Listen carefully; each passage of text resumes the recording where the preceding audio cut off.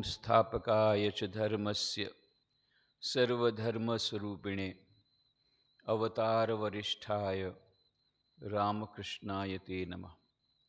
जननीं शारदां देवीं रामकृष्णं जगद्गुरुं पादपद्मे तयो श्रित्वा प्रणमामि मुहुर्मुहुः। नमः श्रीयतिराजाय विवेकानन्दसूरये सच्चित्सुखस्वरूपाय स्वामिने तापहारिणे। कल हम लोगों ने कहा था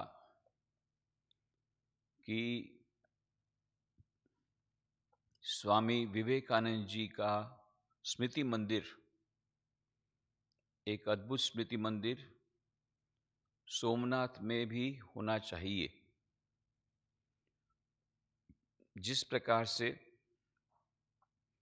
कन्याकुमारी के उस शिलाखंड पर बैठ करके जहाँ 3 समुद्र मिलते हैं, स्वामी विवेकानंद जी ने भारत के स्वर्णिम भविष्य का स्वप्न संजोया था, उस पर चिंतन किया था। भारत की तत्कालीन दुर्दशा पर चिंतन किया था, भारत के गौरवमय इतिहास पर चिंतन किया था। उसी प्रकार सोमनाथ में भी समुद्र के तट पर उस सोमनाथ मंदिर के भग्नावशेष के पास बैठ कर के उन्होंने चिंतन किया था, क्यों यहाँ पर हमारी भारतीय संस्कृति पर इतने प्रहार हुए, किस प्रकार से हमारे देश का यह प्राण केंद्र है धर्म, और इस धर्म की रक्षा के लिए किस प्रकार से हजारों लोगों ने अपना बलिदान दे दिया। तो यह जो हमारे देश का प्राण केंद्र है धर्म, इसकी अनुभूति उस भग्नावशेष पर बैठ करके उनको और भी विशेष रूप से हुई होगी। और इसीलिए जब विदेश से वापस लौटते हैं 1897 में जनवरी महीने में, और वहाँ पर प्रत्येक जगह पर जाते समय उनका अद्भुत स्वागत होता है, जैसा कि विश्व विजेता का स्वागत होता है उस प्रकार का स्वागत होता है। उस स्वागत के उत्तर में वे जो प्रवचन देते हैं, अत्यंत अग्निमय प्रवचन, अत्यंत ओजस्वी प्रवचन, lectures from Colombo to Almora, Bharat में दिए भाषण। इसी भाषण के क्रम में मद्रास में उन्होंने कई भाषण दिए, अत्यंत प्रेरणादायी। उसका अंतिम प्रवचन, जिसका विषय था the future of India, Bharat का भविष्य, 4000 लोग उपस्थित थे। आप समझ सकते हैं उस समय माइक्रोफोन नहीं था, अभी तो हम लोग माइक्रोफोन में बोलते हैं, फिर भी हम लोगों को तकलीफ होती है। पर स्वामी विवेकानंद का कैसा बुलंद स्वर रहा होगा, कैसी आवाज रही होगी। 4000 लोगों को उन्होंने इस प्रकार से घंटे भर यह प्रवचन दिया। तो उस प्रवचन में कहते हैं स्वामी जी, कल भी हमने इंग्लिश किताब में से ओरिजिनल उनके जो शब्द हैं उसी का हिंदी अनुवाद किया गया है, कंप्लीट वर्स के हिंदी अनुवाद, हिंदी उसके संस्करण में, जहाँ कहा गया, तुम्हारे पूर्वजों ने धर्म रक्षा के लिए सब कुछ साहसपूर्वक सहन किया था, मृत्यु को भी उन्होंने हृदय से लगाया था। सचमुच देखते हैं किस प्रकार से हजारों एक के बाद आक्रमण होते हैं, हमारे धर्म स्थानों पर हजारों हजारों लोग मर जाते हैं। विदेशी विजेताओं द्वारा मंदिर के बाद मंदिर तोड़े गए, परंतु उस पहाड़ के बह जाने में देर नहीं हुई कि मंदिर के कलश फिर खड़े हो गए। ये भारत का गौरव, ये भारत का प्राण केंद्र है। दक्षिण के यही कुछ पुराने मंदिर और गुजरात के सोमनाथ के जैसे मंदिर तुम्हें राशि राशि ज्ञान प्रदान करेंगे। ये जाति के इतिहास के भीतर वह गहरी अंतर्दृष्टि देंगे जो ढेरों पुस्तकों से भी नहीं मिल सकती। ठीक यही बात बोलते हैं कन्हैयालाल मुंशी के, हमको स्वामी विवेकानंद की किताबों से वह ज्ञान मिला जो कहीं से और नहीं मिला था। हमारी भारतीय संस्कृति के गौरव की बात हमको जो पता लगी वो स्वामी विवेकानंद की पुस्तकों से पता लगी। देखो कि किस तरह ये मंदिर सैकड़ों आक्रमणों और सैकड़ों पुनरुत्थानों के चिन्ह धारण किए हुए हैं, इंक्लूडिंग ये सोमनाथ मंदिर। ये बार बार नष्ट हुए और बार बार ध्वंसावशेष से उठकर नया जीवन प्राप्त करते हुए अब पहले की तरह अटल भाव से खड़े हैं। ये बहुत सारे मंदिर की बात उन्होंने कही। सोमनाथ मंदिर तो उस समय अटल भाव से नहीं खड़ा था, पर उन्होंने अपनी मनश्चक्षु से देखा होगा। इसलिए इस धर्म में ही हमारा जाति मन है, हमारा जातीय जीवन प्रवाह है। इसका अनुसरण करोगे तो यह तुम्हें गौरव की ओर ले जाएगा, इसे छोड़ोगे तो मृत्यु निश्चित है। अगर तुम उस जीवन प्रवाह से बाहर निकल आए तो मृत्यु ही एकमात्र परिणाम होगा। ये चेतावनी स्वामी जी ने दे दी है, आज हम लोग यही कर रहे हैं। अगर तुम उस जीवन प्रवाह से बाहर निकल आए तो मृत्यु ही एकमात्र परिणाम होगा और पूर्ण नाश यही एकमात्र परिणति होगी। मेरे कहने का मतलब यह नहीं कि दूसरी चीज की आवश्यकता ही नहीं। मेरे कहने का यह अर्थ नहीं कि राजनीतिक या सामाजिक उन्नति अनावश्यक है, किंतु मेरा तात्पर्य यही है और मैं तुम्हें सदा इसकी याद दिलाना चाहता हूं कि ये सब यहाँ गौण विषय हैं, मुख्य विषय धर्म है। भारतीय मन पहले धार्मिक है, फिर कुछ और, अतः धर्म को ही सशक्त बनाना होगा। ये बात है। स्वामी जी समस्याओं के मूल में जाते हैं चिंतन करके। यदि धर्म का पुनरुद्धार नहीं होगा तो देश का पुनरुद्धार नहीं होगा। तो धर्म जो अभी उस समय के जमाने में, स्वामी जी के समय में, अभी भी कुछ ज़्यादा परिस्थिति ठीक नहीं है। वो छुआछूत वगैरह कई कुसंस्कारों में और मत छुओ इस प्रकार के कुसंस्कारों में वह धर्म टिक गया था, जो मुख्य सिद्धांत वेदांत के भूल करके उसी का पुनरुद्धार करना स्वामी जी चाहते थे। पर यहाँ पर हम यही कहना चाहते थे कि स्वामी जी को सोमनाथ के मंदिर में अनुभूति हुई थी कि यह धर्म ही हमारा प्राण केंद्र है और इसकी रक्षा के लिए हजारों लोगों ने अपनी जान की बाजी लगा दी। यह उनकी अनुभूति उस पर हुई थी और इसीलिए वह जहाँ पर स्वामी जी ने ध्यान किया समुद्र के किनारे उस भग्नावशेष के पास, वहाँ पर स्वामी जी विवेकानंद जी का स्मृति बनने से बहुत अच्छा रहेगा हमारी युवा पीढ़ी को। वैसे तो स्वामी विवेकानंद का जन्मदिन नेशनल यूथ डे, राष्ट्रीय युवा दिन के रूप में मनाया जाता है, अच्छा है, परंतु ये स्मृति मंदिर रहेगा सोमनाथ मंदिर के पास में तो और भी युवकों को, वह युवा वर्ग को और भी अधिक वो प्रेरित करता रहेगा। तो फिर हमने कहा था किस प्रकार से यह एक अद्भुत संयोग है कि स्वामी विवेकानंद जी वहाँ पर मानो ध्यान में बैठ करके भविष्य के एक महिमा मंडित मंदिर का मानो चिंतन करते हैं कि यहाँ पर मंदिर फिर से जैसे होते थे के बाद एक फिर होगा कि नहीं, और वह जो चंद संकल्प मानो करते हैं उसकी प्रतिछाया पड़ती है बाद में कई वर्षों बाद।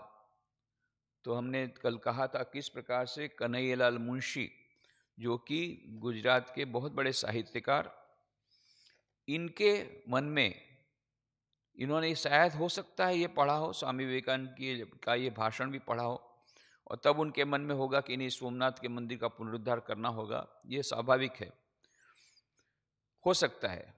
परंतु इतना तो वे कहते हैं, कल हमने देखा था कि स्वामी विवेकानंद के विचारों से, उनके पुस्तकों से बहुत प्रभावित हुए थे, वो उन्होंने कहा था, उसकी विस्तार से बात हमने कल कही थी। तो ये अद्भुत संयोग, यही कन्हैयालाल मुंशी सरदार वल्लभ भाई पटेल को प्रेरित करते हैं इस सोमनाथ मंदिर के पुनर्निर्माण के लिए, और सरदार पटेल प्रण करते हैं, संकल्प लेते हैं समुद्र का पानी हाथ में लेकर के। और ये लिखा भी गया है कि जो किताब निकली है उसमें कन्हैयालाल मुंशी का एक वाक्य फ्रंट में ही दिया गया, if there was nobody like Sardar Patel we would not have witness the reconstruction of Shri Somnath temple. ये कन्हैयालाल मुंशी का वाक्य फ्रंट में दिया गया। कन्हैयालाल मुंशी तो सोमनाथ ट्रस्ट के सदस्य थे। तो ये किताब वहीं से निकली है, प्रभास तीर्थ दर्शन सोमनाथ, जहाँ कहते हैं यदि सरदार पटेल नहीं रहते तो शायद सोमनाथ का मंदिर का पुनरुद्धार नहीं होता। पर यह भी बात है कि कन्हैयालाल मुंशी यदि नहीं रहते, जिन्होंने सरदार पटेल को इस प्रकार से प्रेरित किया, तो भी यह मंदिर नहीं रहता। तो ये कन्हैयालाल मुंशी का बहुत बड़ा ये इसमें हाथ है। इनका प्रदान, अमूल्य प्रदान है कन्हैयालाल मुंशी का सोमनाथ के मंदिर के पुनरुद्धार में। जैसा कि कल कहा, वे स्वाधीनता संग्राम के सेनानी थे। 84 वर्ष की उम्र के भीतर में उन्होंने तो इतना कुछ काम किया। स्वाधीनता संग्राम में तो संग्राम के सेनानी तो थे ही, करीब 36 किताबें लिखी इंग्लिश में, 56 किताबें लिखी गुजराती में विभिन्न विषयों पर। फिर भार्गव नाम की त्रैमासिक पत्रिका 1912 में प्रारंभ की, गुर्जर नाम की पत्रिका 1922 में शुरू की, गुर्जर सभा की प्रतिष्ठा 1913 में की, गुजरात साहित्य संसद की प्रतिष्ठा 1922 में की, गुजराती साहित्य परिषद का संचालन किया 1937 से लेकर 1955 तक अकेले हाथ गुजराती साहित्य परिषद का। और सबसे बड़ी बात, अंतिम वर्षों में उनका बहुत बड़ा प्रदान रहा भारतीय विद्या भवन को संजोना। 1938 में जो भारतीय विद्या भवन उन्होंने प्रारंभ कराया, भारतीय संस्कृति को देश विदेश में ले जाने का, जो स्वामी विवेकानंद जी का जो स्वप्न था, उसको उन्होंने पूर्ण किया भारतीय विद्या भवन के माध्यम से। ये बहुत महान कार्य कर रहा है। आज भी भारतीय विद्या भवन इतना महान कार्य कर रहा है, पर उसकी नींव डाली कन्हैयालाल मुंशी ने। तो 1938 के बाद से, और बाद में वहाँ पर संस्कृत यूनिवर्सिटी के लिए भी उन्होंने प्रयत्न किया और सब लोगों को प्रेरित किया, उसके लिए अथक प्रयत्न किए। अभी आज संस्कृत यूनिवर्सिटी वहाँ पर है सोमनाथ में, बहुत सुंदर, सारे पूरे गुजरात की एक ही संस्कृत यूनिवर्सिटी जो इतनी अच्छी तरह चल रही है। पर उसके मूल में है श्री कन्हैयालाल माणिकलाल मुंशी। तो इन्होंने जय सोमनाथ नाम की उनके तो बहुत अच्छी अच्छी नॉवेल, बहुत नॉवेल्स उनकी प्रसिद्ध हुई है। उसमें उनकी जो नावल है जय सोमनाथ, ये बहुत प्रसिद्ध हुई है। 1937 में ये नावल प्रकाशित हुई थी, जहाँ पर कि मोहम्मद गजनी ने जो आक्रमण किए थे, उसके विरोध में किस प्रकार से लोग ये साहस पूर्वक इसका सामना किया, उसकी वो कथा है, शौर्य की कथा है। सौराष्ट्र के लोगों के शौर्य की गाथा है ये जय सोमनाथ। तो इस प्रकार से कन्हैयालाल मुंशी का प्रदान भारतीय स्वाधीनता संग्राम में, गुजराती साहित्य में तो प्रदान है ही, परंतु स्वामी विवेकानंद जी के स्वप्न को सिद्ध करने में भी यह जो सोमनाथ का मंदिर उन्होंने उसका पुनरुद्धार किया, उसमें भी उनका बहुत बड़ा प्रदान है। और ये स्वामी विवेकानंद जी से कितने अधिक प्रेरित थे कि उनकी जो सुपुत्री थी, वो भी स्वामी विवेकानंद के पुस्तक को पढ़ करके बहुत ही प्रेरित हुई। अत्यंत छोटी उम्र में उन्होंने AA करने के तुरंत बाद ही शारदा मठ ज्वाइन कर लिया। जैसा आप जानते हैं, रामकृष्ण मठ की स्थापना स्वामी विवेकानंद जी की सन्यासियों के लिए, उसी प्रकार से एक दूसरी संस्था है शारदा मठ। वैसे स्वामी विवेकानंद चाहते थे शारदा मठ की प्रतिष्ठा पहले हो, पर हो नहीं पाया था। माँ शारदा देवी की जन्म शताब्दी के अवसर पर वो संस्था अलग हुई, जहाँ केवल सन्यासिनियाँ ही रहती हैं, और सन्यासिनियाँ ही वहाँ पर सब कुछ इंडिपेंडेंटली देखती है, स्वतंत्र रूप से। आज तक विश्व के इतिहास में कोई भी धार्मिक संस्था में ऐसा नहीं हुआ कि स्त्रियों को अलग से पूरा अधिकार दिया जाए। न बौद्ध धर्म में ये बात है, न क्रिश्चियनिटी में है। वहाँ तो उनको दीक्षा, मंत्र दीक्षा देने का भी अधिकार नहीं है क्रिश्चियनिटी में। तो अभी उसके लिए वो चल रहा है, आंदोलन चल रहा है। परंतु एज ऑन टुडे ये संपूर्ण अधिकार वाली कोई बहनों की संस्था हो तो केवल शारदा मठ है, जहाँ पर उनको पास पूरा अधिकार है। वही लोग ब्रह्मचर्य दीक्षा देते हैं, संन्यास दीक्षा देते हैं, मंत्र दीक्षा देते हैं। उनके खुद के प्रेसिडेंट, उनके खुद के जनरल सेक्रेटरी। रामकृष्ण मिशन के साथ उनका कोई संपर्क नहीं, अपने आप में इंडिपेंडेंट, फुल्ली इंडिपेंडेंट। तो ये शारदा मठ में उन्होंने ज्वाइन किया, और ये बाद में इनका नाम हुआ प्रभुराज जी का आत्म प्राणा। तो इनका दो बहुत बड़ा प्रदान है। उन्होंने सिस्टर निवेदिता का बहुत सुंदर जीवन चरित्र लिखा, लाइफ ऑफ सिस्टर निवेदिता, और complete works of sister Nivedita जो 5 वॉल्यूम में, उसको प्रकाशित करने में उन्होंने बहुत बड़ा बहुत बड़ी अहम भूमिका उन्होंने निभाई। और बाद में 28 वर्षों तक रामकृष्ण शारदा मठ दिल्ली की वो संचालिका रही, उनकी सेक्रेटरी रही। 96 साल की उम्र में 13 मई 2018 को उन्होंने महाप्रयाण किया। उसके पहले उन्होंने बहुत सारे उपलब्धियां की।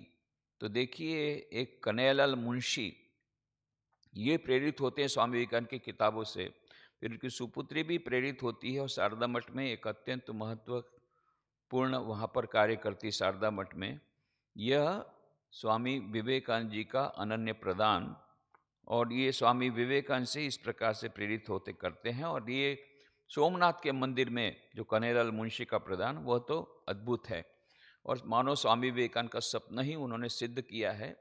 तो यहाँ पर वह प्रभास पाटन में जो सोमनाथ का मंदिर है, वहाँ पर स्वामी विवेकानंद का स्मृति मंदिर बने, तो वह मानो उनकी प्रति हमारी सच्ची श्रद्धांजलि होगी।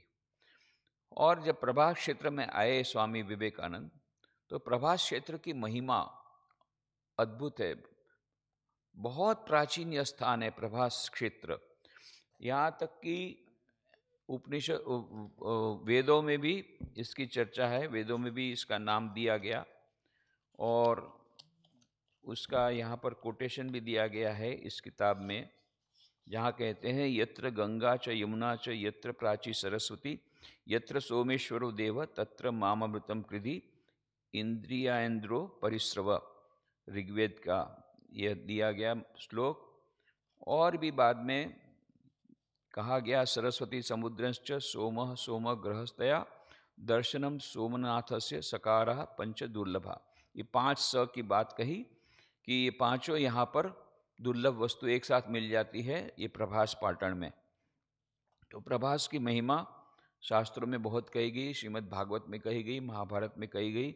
ये प्रभास क्षेत्र में बहुत सारी चीज़ें, सोमनाथ का तो मंदिर है ही, और भी बहुत सारी चीज़ें। आप यदि प्रभास सोमनाथ का मंदिर भी जाएंगे तो थोड़ा सा समय लेकर के जाना, क्योंकि आसपास में बहुत सारे अत्यंत महत्वपूर्ण स्थान हैं। तो स्वामी विवेकानंद ने अवश्य वो स्थान देखे होंगे। और ये प्रभास में तो वही वह ऐतिहासिक जगह है जहाँ पर कि यादव कुल का संपूर्ण विनाश हुआ। हमने उस दिन बात कही थी किस प्रकार से गांधारी ने श्राप दिया था कि तुम्हारा पूरा कुल का नाश होगा, जैसे तो हमारे पूरा कुल का तुमने नाश किया। या फिर दूसरी भी आख्यायिका है कि ऋषि मुनियों को इन्होंने, सांब ने उनका अपमान किया और फिर सांब के भीतर से वो मुसल निकला और मुसल के द्वारा ही वो घास में से वो जो निकले, जो अत्यंत तीक्ष्ण वाले जो घास, उससे तीर बना करके एक दूसरे को सब लोगों ने खत्म कर दिया। संपूर्ण यादव लोग वहां पर आए तो श्री कृष्ण के कहने पर ये द्वारका से इस प्रभास क्षेत्र में आए। ज़्यादा दूर नहीं है वहाँ से। आप प्रभास क्षेत्र से जब द्वारका और सोमनाथ के बीच में पोरबंदर आता है, पोरबंदर में भीतर नहीं भी जाना हो तो ऑलमोस्ट पोरबंदर बीच में ही आता है। तो ये करीब करीब 4-5 घंटों में आप बाय ड्राइव के द्वारा सोमनाथ 4 घंटे में भी जा सकते हैं। द्वारका से सोमनाथ आप जा सकते हैं। तो वही द्वारका से ये लोग आए यहाँ प्रभास क्षेत्र में सोमनाथ के आसपास, और यहाँ पर उन्होंने उनके आपस में ही भिड़ गए, खूब सब मदिरा सेवन करके आपस में भिड़ गए, आपस सबको खत्म कर डाला। तो जो श्राप तो होना था तो वो हुआ, ये इसी जगह पर हुआ है। और ये श्री कृष्ण भगवान ने, अद्भुत बात, भगवान श्री कृष्ण ने गीता में जो उपदेश दिया है वो देकर के नहीं, अपने जीवन के द्वारा उसको प्रदर्शित किया है। स्थित प्रज्ञ से कहा भाषा, स्थित प्रज्ञ से कहा भाषा स्थितधि किम प्रभाषित किमासित व्रजित किम। यह जो बात पूछी अर्जुन ने, तो उसका उदाहरण में जो उन्होंने कहा, प्रजाहाति यदा कामान सर्वान पार्थ मनोगतान आत्मन्येव आत्मना तुष्ट स्थित प्रज्ञस्त दोषते, कि कुछ भी उसका उस पर कोई प्रभाव नहीं पड़ता है। ये स्थित प्रज्ञ की ये जो उनका जो लक्षण बताए भगवान श्री कृष्ण ने, ये सभी लक्षण भगवान श्री कृष्ण में हैं। देखिए, ये संपूर्ण यादव कुल का विनाश अपनी आंखों से देखा, कितनी बड़ी बात। संपूर्ण कुल का विनाश देखा, सब लोग आपस में लड़ गए, और फिर वे स्वयं भी वहाँ से कुछ दूरी पर है, 4 किलोमीटर दूर पर प्रभास क्षेत्र से भालका तीर्थ में एक पेड़ के नीचे अकेले बैठे स्थितप्रज्ञ की स्थिति में हैं, गहरा चिंतन कर रहे हैं। और उस समय एक शिकारी आता है, वो एक हिरण की खोज में था, उसको दूर से दिखता है, श्री कृष्ण भगवान के पैर को देखकर समझता है ये हिरण है, और वो तीर छोड़ता है, वो तीर लगता है, और श्री कृष्ण भगवान बाद में जब इसको पता लगता है तो बड़ा पछतावा होता है। पर श्री कृष्ण भगवान कहते हैं मेरा लीला संवरण का समय आ गया है, कोई ना कोई बहाना चाहिए था लीला संवरण करने का, तो तू चिंता मत कर, तुझे आशीर्वाद मिलेगा। बहुत आशीर्वाद उसको दिया, उस शिकारी को भी आशीर्वाद दिया जिसने उनको तीर मारा था। फिर बाद में उनके देह को लाया गया, और यहाँ पर प्रभास पाटन में एक जगह है देहोत्सर्ग नाम की, वहाँ पर उनका देह का अग्नि संस्कार किया गया। ये सब सोच करके लगता है कि देखो श्री कृष्ण भगवान ने कितना बड़ा, वो कैसा वो हृदय रहा होगा कि संपूर्ण यादव कुल का विनाश अपनी आंखों से देखा, और एकदम स्थितप्रज्ञ की अवस्था में ही उन्होंने देह का इतनी effortlessly he left the body, एकदम शांतिपूर्वक अपने देह का उन्होंने त्याग कर दिया, देहोत्सर्ग कर दिया। ये जो निर्गुण निराकार परब्रह्म परमात्मा एक मनुष्य रूप धारण करे, इस प्रकार की लीला करे, महाभारत में हम देखते हैं कैसी लीला उन्होंने की, और इस प्रकार के द्वारकाधीश के रूप में उन्होंने क्या लीला की, और इस प्रकार से उनकी लीला भी जैसे अद्भुत है, उनका लीला संवरण भी उतना ही अद्भुत है। तो ये ईश्वर की लीला समझना बड़ा मुश्किल। तो ये प्रभास क्षेत्र में देहोत्सर्ग तीर्थ है, देहोत्सर्ग तीर्थ। और यहाँ पर भगवान श्री कृष्ण के देह को ला करके, ये हिरण नदी के तीर पर है, ये देहोत्सर्ग हिरण नदी के तीर पर।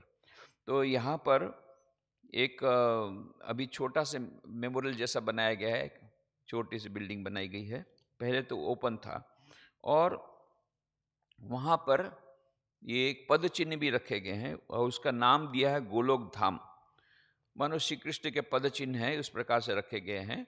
और एक छोटा सा प्लेटफॉर्म जैसा है, एक मेमोरी के रूप में, उसी जगह पर भगवान श्री कृष्ण के देह का अग्नि संस्कार हुआ था, इसलिए उसका नाम हुआ देहोत्सर्ग। वैसे तो देहोत्सर्ग उनके उनके मृत्यु तो हुई उधर भालका तीर्थ में, पर वहाँ 4 किलोमीटर दूर पर अग्नि संस्कार किया गया यहाँ पर, ये हिरण नदी के तीर पर। तो ये निज धाम का प्रस्थान जो समय है उसके बारे में गणना की, क्रिटिकली एग्जामिन किया शंकराचार्य गजानन सरस्वती ने।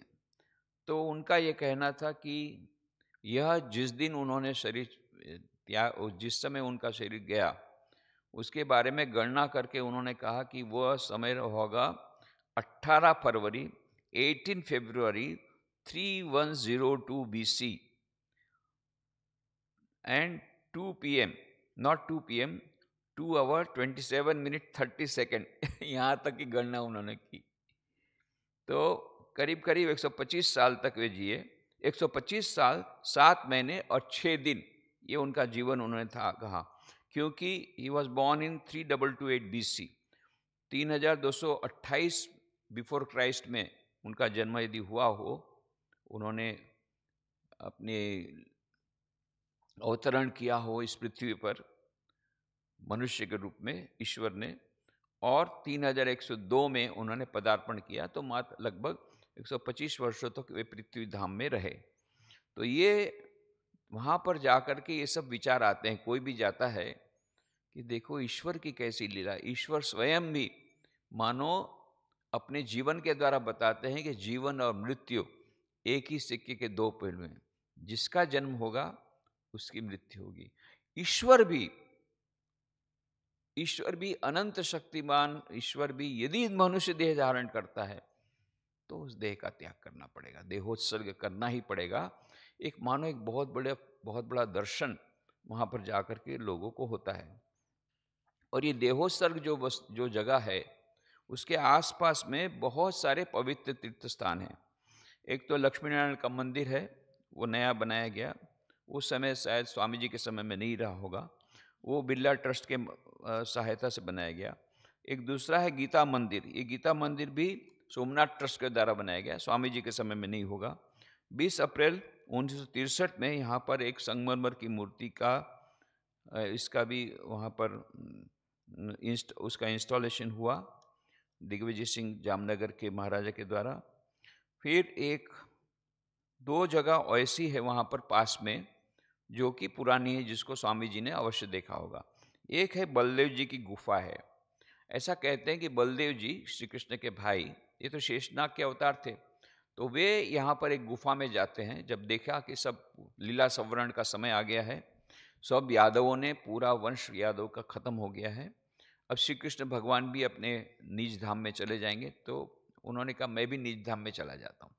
तो उन्होंने इस गुफा में गए और वहाँ पर से अपना जो उनका मूल स्वरूप था शेषनाग का, इस शेषनाग के रूप में ये जा कर के वहाँ पर विलीन हो जाते हैं।